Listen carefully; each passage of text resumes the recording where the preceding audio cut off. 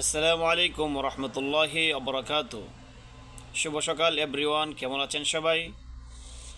আশা করি নিশ্চয়ই আমার সমস্ত শুভাকাঙ্ক্ষীরা ভালো আছেন। রব্বে কারিমের অশেষ নিয়ামতে আমি সবার প্রিয় মুন্সি ভালো আছি, আলহামদুলিল্লাহ সুম্মা আলহামদুলিল্লাহ। আজকে আমার ছোট্ট একটা মেসেজ থাকবে রহমত সম্পর্কে। হজরত আবু হুরাইরা রাদিয়াল্লাহু তাআলা আনহু থেকে বর্ণিত, ইয়ার নবী দুজাহানের বাদশাহ খাতামান নবিয়্যিন সাল্লাল্লাহু আলাইহি ওয়াসাল্লাম ইরশাদ করেছেন, আমার রাসূল বলেছেন, যখন কাহারু ঘরে কন্যা সন্তান জন্মগ্রহণ করেন ওই ঘরে আল্লাহর পক্ষ থেকে রহমত নাজিল হয়। সুবহানাল্লাহ। তারপরে বলেছেন, যদি কাহারু বাড়িতে মেহমান আসে ওই ঘরে রহমত নাজিল হয়। সুবহানাল্লাহ। তারপরে বলেছেন, যখন বৃষ্টি হয় তখন রহমত নাজিল হয়। আমার রাসূল সাল্লাল্লাহু আলাইহি সাল্লাম ইরশাদ করেছেন যে আল্লাহকে বিশ্বাস করেছে এবং পরকালের উপর ঈমান এনেছে সে যেন তার মেহমানকে যথাযথভাবে সম্মান করে। সুবহানাল্লাহ। আপনার বাড়িতে মেহমান এসেছে, রাসূলের হাদিস থেকে বর্ণিত হয়েছে আপনি যেন ওই মেহমানকে যথাযথ সম্মান ইজ্জত করেন।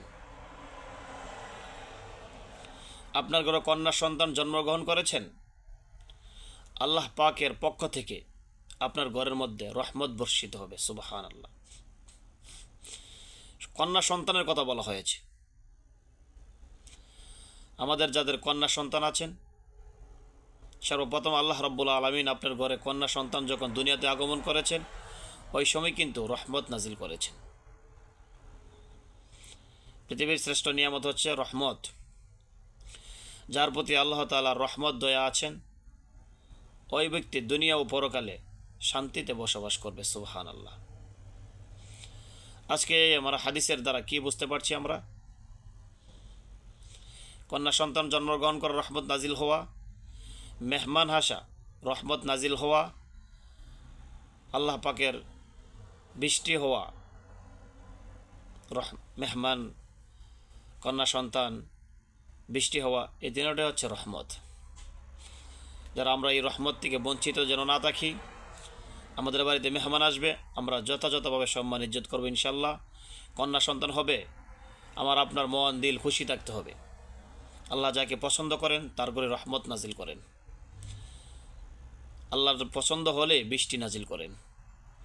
সুতরাং আমরা এই রহমত থেকে কখনো যেন বঞ্চিত না হই। আল্লাহ পাকের শুকর আদায় করবো, আলহামদুলিল্লাহ। আল্লাহ পাক আমাদেরকে মেহমানের ইজ্জত সম্মান করার তৌফিক দান করক। আমিন ইয়া রাব্বাল আলামিন। আসসালামু আলাইকুম।